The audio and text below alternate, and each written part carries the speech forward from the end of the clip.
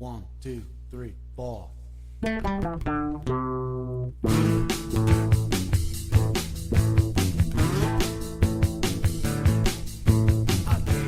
All I had to give, and I done the best I can. So now it's up to you to finish what I began. Yes, I will always love you, and I'll be there just for you. So in all that you do, my child, to yourself you must be true. So promise me that you will fight for what it is that you believe. No matter what you do in life, it's in the giving that you'll receive. Wherever the road may take you, those you meet along the way, promise me that you will count your blessings every day. And a very good day to you. Jason Hawes back once again on American Faith Today. After some time away, I have successfully returned from my hiatus, and let me tell you, I know everyone out there is just absolutely ridiculously excited. Yes. Thank you very much. Thank you. That's actually one person. Actually, that's 0 people. That's fake applause, just so you know. So anyway, that's about the best I can do. But it is good to be back. Jason Hawes here, back again on American Faith Today. And for those of you who have listened regularly in the past, for those of you who have listened occasionally in the past, for those of you who have listened maybe one time in the past and thought, who the heck is this idiot and what is he talking about? And then out of morbid curiosity, you're back again. But I have been away for some time, and I know there's some people out there who've actually been disappointed or looking forward to me getting back here and doing this, including me. And not just me, but actually some other people as well. So that's always a good thing. But I'm not going to get into, obviously, with some show content to get to and discuss. I'm not going to go through or try not to go through a long explanation of my journey over these past few months and just where I've been and why I have been MIA when it comes to doing these podcasts. But I will say, long story short, I don't even remember, I think I hadn't stopped doing them before this, but it had probably been a little while. But long story short, I have worked, this after all, it would be great to do as a career, but this after all being kind of a fun time, off time, free time hobby for me. My job that I had, or that I have had, I was working with somebody for a period of nearly 4 years. And it wasn't the greatest, most perfect job or natural fit for me, necessarily. But obviously, having been there nearly 4 years, I was comfortable with it. Started in July of 2013.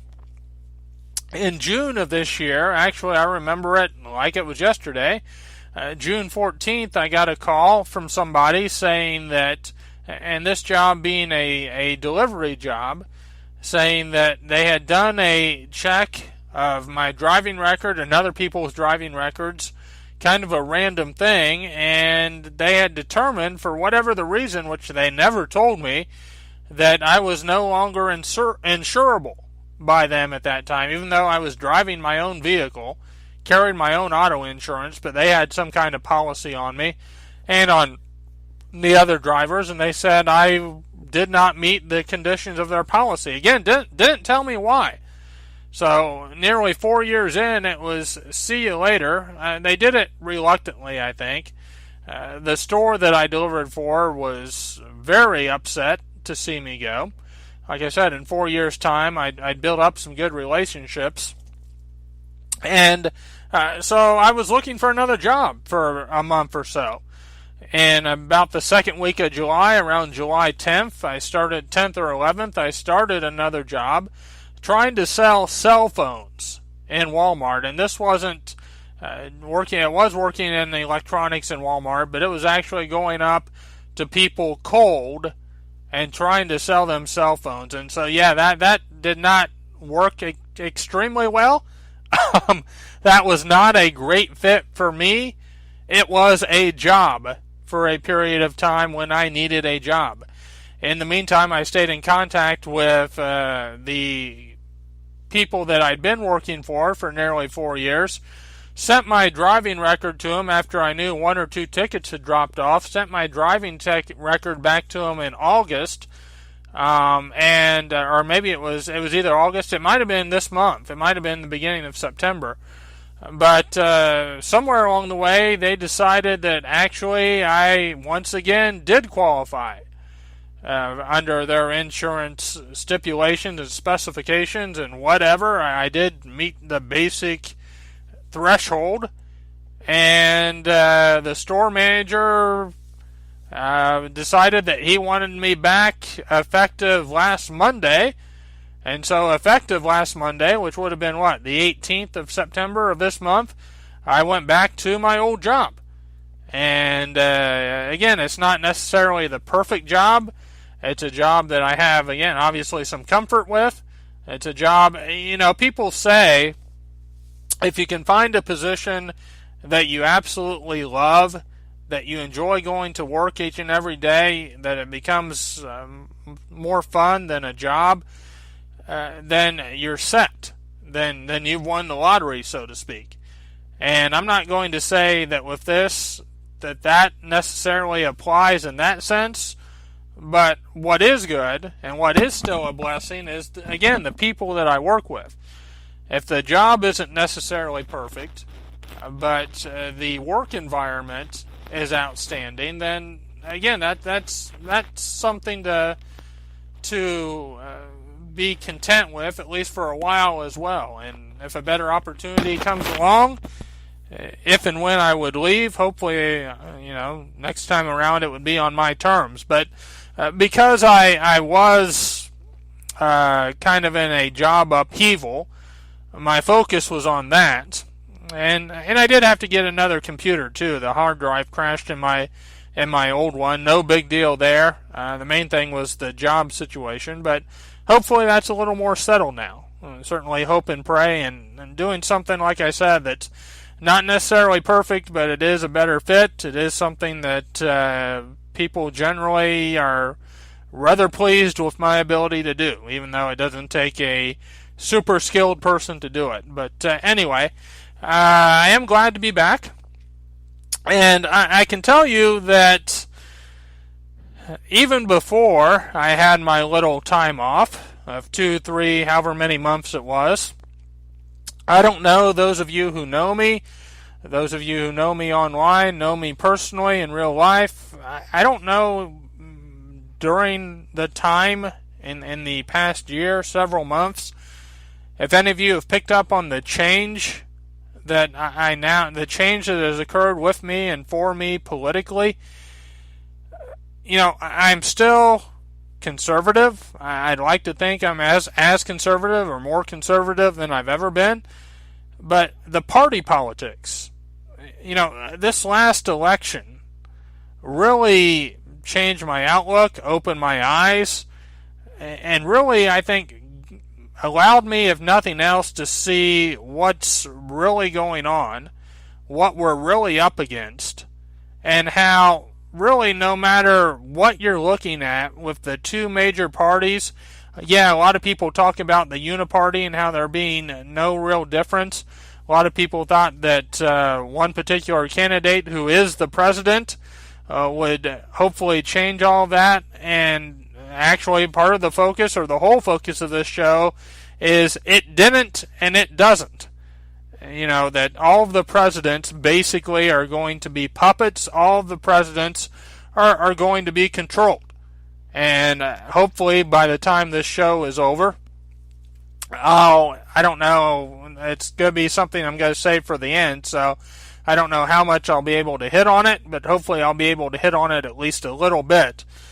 But it's been an interesting journey for me in coming to this point, because even when I started this show, I kind of started it, in some ways I kind of modeled it after Glenn Beck, and he's kind of separate from some of these other guys, but also after the Rush Limbaughs, the Sean Hannitys, etc., etc. And on the rare occasions that I listen to these people these days, first of all, there's a lot of disappointment. Because I feel like that they've, in some ways, either abandoned conservatism, which of course they push really hard on their show for their listening audience. I feel like they've either abandoned it or put it on the back burner for this phony populist and nationalist and I'm sorry, but carnival barker. And but not only do I have this disappointment and this feeling that they should know better, they of all people should know better, or should have stuck to basically what they've pushed for their credibility and listening audience, if nothing else. But at the same time, I really don't even get intellectually engaged or drawn into these shows anymore. It just seems like so much fluff and so much just surface. If I could compare it to what some people might understand on a spiritual or biblical level, it's all milk. That's all it is milk, milk, milk. There's no meat. There's nothing underneath. There's no deeper substance to it. It's just the talking points jargon, and there's no basic curiosity or no attempt to really even try to understand or explain or brainstorm with their listening audience even what's really going on in this country.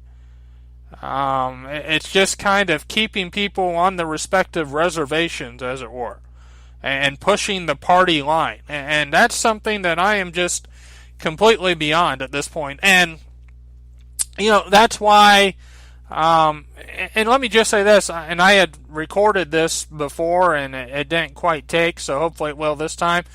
I'm trying to get back into the game, obviously. And in the first recording of this show, I had made mention of this deeper into the show, but I'm actually going to mention it right now on take 2.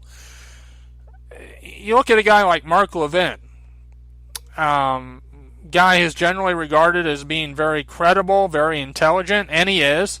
A guy who served in the Reagan administration, a guy who's looked at as one of the deans, one of the intellectual giants of the conservative movement in a lot of people's eyes. Mark Levin, not that long ago, was very critical of Donald Trump, and I'll even get into why here in a bit. But basically about Donald Trump kind of going to the left, working with the Democrats. And then all it took to get Mark Levin back on the reservation, so to speak, and back off of that subject of being critical and holding the president accountable, perish the thought, was this new story that came out that Paul Manafort was in fact wiretapped in Trump Tower. Donald Trump wasn't completely crazy. And a guy like Levin was saying this was the grand and great scandal that we needed to focus on just days after he was being heavily critical of Donald Trump. Now, all it took was that for him to rally around Donald Trump and to get back onto all the Democrats this, the Democrats that. Look at what the Democrats have done. And it's just one way that they play the game to keep people divided in these camps, to keep people distracted from the meatier things in this country, while we're all worrying about what Donald Trump and the NFL are doing to each other. All of a sudden, nobody's talking that much about North Korea, about Iran. Nobody's talking that much about the debt, about the issues of the day. It's this little, are the athletes going to stand for the anthem? Is Donald Trump going to go full authoritarian, which quite frankly is concerning to me. But is he going to try to